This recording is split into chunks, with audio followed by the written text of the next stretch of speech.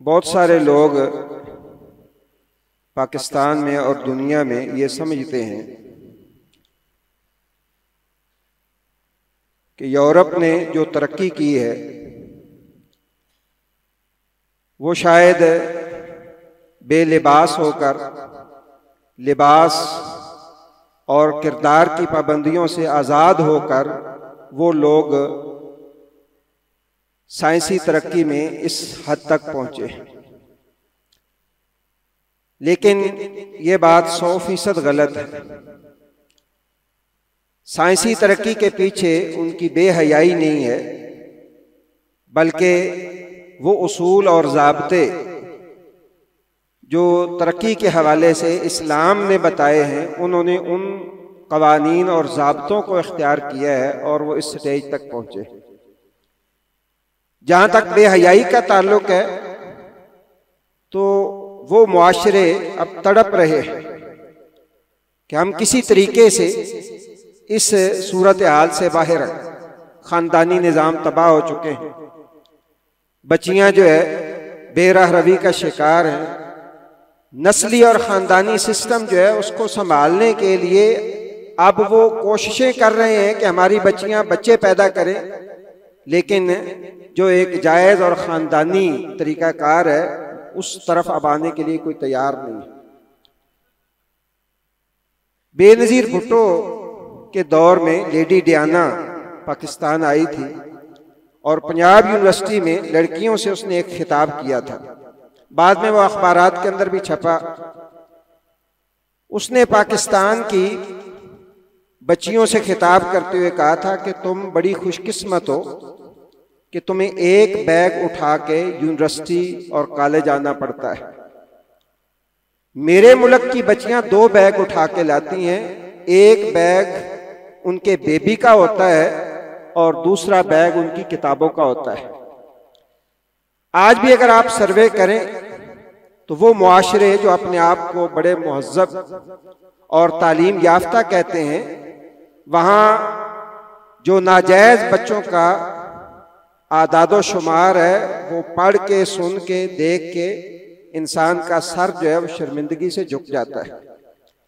अल्लाह ताला ने हमें इस्लाम जैसी नेमत से नवाजा है और हम जिस मुआशरे में रह रहे हैं, निकाह की अहमियत हमारे मुआशरे के अंदर मौजूद है।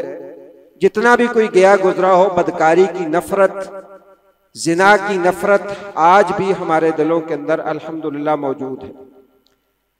लेकिन आप जानते हैं कि नशई जो होता है ना, या कोई भी बुराई करने वाला आदमी जब जिस मुआशरे के अंदर या जिस मुल्क के अंदर वो होता है, वो बुराई और बेहयाई की एक वहशत है। उस वहशत को कम करने के लिए उस बेहयाई में मुब्तला शख्स की ये कोशिश होती है कि मेरे साथ और भी लोग शामिल हों, ताकि उसकी वहशत जो है वो किसी तरीके से खत्म हो जाए। जहन्नम में भी इवन के जहन्नमी जब जाएंगे ना, तो वो कोशिश करेंगे कि ज्यादा से ज्यादा और लोग हमारे साथ जहन्नम के अंदर आए। आप पढ़े लिखे लोग बैठे हैं, वो कहेंगे या अल्लाह फलां ने मुझे गुमराह किया था, उनको दुगना अजाब दे। अल्लाह फरमाएगा तुम सब के लिए दुगना है, अब मेरे यहाँ तो इंसाफ का तराजू है, ना इंसाफी नहीं। तो यूरोप जो है या दुश्मन ममालिक जो हैं, बेहयाई के जिस स्टेज पे वो पहुंच चुके हैं, उनका वापस आना उन्हें मुश्किल लग रहा है। तो उनकी ये कोशिश है कि मुसलमान मुआशरों के अंदर जो खानदानी एक सिस्टम है या बेहयाई की एक नफरत है, उसको किसी तरीके से ख़त्म किया जाए। हमें फंड्स मिलते हैं और कर्जे मिलते हैं, तो एक एजेंडे के तहत मिलते हैं कि आपने फलां फलां जगह पे खर्च करना है। उनमें से एक एजेंडा हर हुकूमत आने वाली ये लेके आती है कि बेहयाई को किसी तरीके से प्रमोट किया जाए और बिला तफरीक किसी भी पार्टी की हुकूमत हो, इस एजेंडे में अल्लाह इन हमारे हुक्मरानों को हदायत दे। इस एजेंडे में सारे बराबर और सारे जो है वो कोशिश करते हैं कि दुश्मनों को किसी तरीके से, काफिरों को खुश किया जाए कि जी देखें हम ये कर रहे हैं। मौजूदा हुकूमत जो है, इन्होंने बजट के अंदर एक ऐलान किया कि जी हम फिल्म इंडस्ट्री जो है उसको टैक्स फ्री कर रहे हैं और फिर 2 दिन पहले गालिबन एक सैलमे का इफ्तिताह किया गया और उसमें बेशर्मी के साथ ये बात की गई कि अल्लाह के फजल से हमने 7 फिल्में नाउजुबिल्लाह जो है इस ईद के मौके पे जब नशर की। अब बेहयाई को भी जो कौम इस कदर बेहिस हो और इस कदर जाहिल हो और वज़रा इस कदर जो है वो जाहिल हो कि बेहयाई को अल्लाह का फजल करार दे, फिर उस कौम का क्या हाल हो। रसूलुल्लाह सल्लल्लाहु अलैहि वसल्लम ने फरमाया था, मा ज़हरतिल फ़ाहिशतु फ़ी क़ौमिन हत्ता युअलिनु बिहा इल्ला फ़शा फ़ीहिम अत्ताऊन वल औजा, कि जिस कौम के अंदर बेहयाई आम हो जाती है अल्लाह तबारक व तआला उस कौम के अंदर ताऊन यानी ऐसे अमराज जिनका तसव्वुर भी नहीं होता और भूख नंग अल्लाह ताला उस कौम के ऊपर मुसल्लत कर देता है। ये भूख नंग जो है वसाइल की कमी की वजह से तो नहीं है। क्या हमारे मुल्क के अंदर वसाइल नहीं? यकीनन बहुत वसाइल, लेकिन ये हमारी बदआमालियों का नतीजा है। कोई ये इश्काल पेश कर सकता है काफिर तो बड़े बेहया हैं, उनको अल्लाह ताला कैसे फरावानी देता है? मैं और आपने कलमा पढ़ा है, हमने अल्लाह से ऐद किया है अशहदु अल्ला इलाहा इल्लल्लाह का अल्लाह रब्बुल इज्जत के साथ रिश्ता कायम किया है। जब तक आप इस रिश्ते पे कायम हैं और कहते हैं कि मैं मुसलमान भी हूं, फिर आप बेहयाई की तरफ जाएं, अल्लाह तबारक व तआला जो है वो आपको उस तरफ नहीं जाने देगा। लेकिन जिन्होंने अल्लाह को माना ही नहीं है और उनका जिंदगी का जो है वो तर्ज अमल ही वही है, अल्लाह ताला उनके लिए तो अल्लाह ने अजाब अलीम क़यामत वाले दिन तैयार कर रखा है। क्या मैं और आप नाउजुबिल्लाह उस अजाब अलीम का इंतजार कर रहे हैं? हम उस रास्ते के ऊपर जाना चाहते हैं? कतई नहीं। और ये जो फिल्में हैं, जो ड्रामे हैं, आप सबको पता है, आप माशाल्लाह टीचर्स भी बैठे हैं बहुत सारे, ये बेहयाई की तरफ ले जाने वाली ये बुनियादी चीजें हैं। और कुरान ने जा बजा ये कहा है कि फवाहिश के करीब ना जाओ, वला तक़रबुज़ ज़िना, जिना के करीब ना जाओ, यानी जो रास्ते जिना की तरफ ले जाने वाले हैं उन रास्तों के ऊपर भी ना जाओ। हमारे साथ पहले क्या कुछ नहीं हो रहा, हमारा सोशल मीडिया जो है उसके ऊपर क्या कुछ नहीं है, और इंटरनेट के ऊपर कोई चेक एंड बैलेंस नहीं है।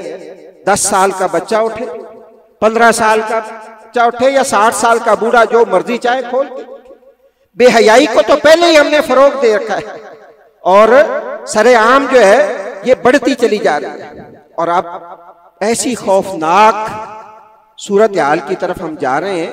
आप पढ़े लिखे लोग ये जानते हैं कि आर्टिफिशियल इंटेलिजेंस के नाम पे जो अब मजीद आप तरक्की की राहों की तरफ जा रहे हैं, उसमें जो एक खौफनाक पहलू है वो ये है कि आप अपने घर में बैठे हैं, आपकी तस्वीर इंटरनेट पे मौजूद है, आपके मुकम्मल कपड़े जो है 98% रिजल्ट जो है वो उसका ओके है, आपके कपड़े उतार के आपको आपकी तस्वीर जहां मर्जी लगा दी।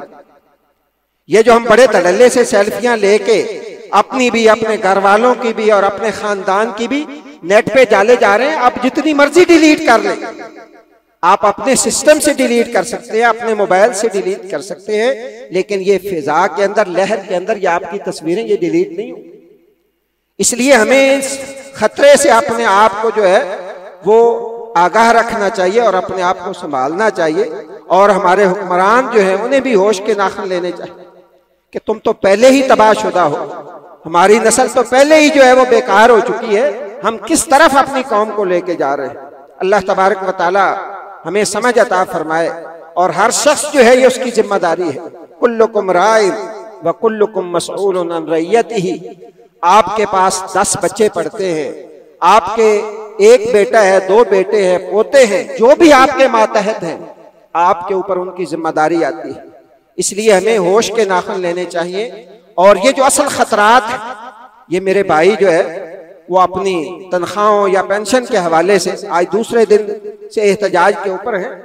यकीनन हर इंसान जो है उसका हक है, लेकिन हमें इससे बड़े खतरात जो है, इससे बड़ा नुकसान जो हमारी नस्लों का हो रहा है, हमें उसके ऊपर भी तवज्जो देनी चाहिए। अल्लाह मुझे भी और आपको भी समझ अता फरमाए और हमें इन खतरात से अल्लाह ताला महफूज रखे, हमारे मुल्क मिल्लत को और हमारे बच्चों को अल्लाह तबारक व तआला इन खतरात से महफूज रख के उन्हें अपनी हिफाजत के अंदर रखे।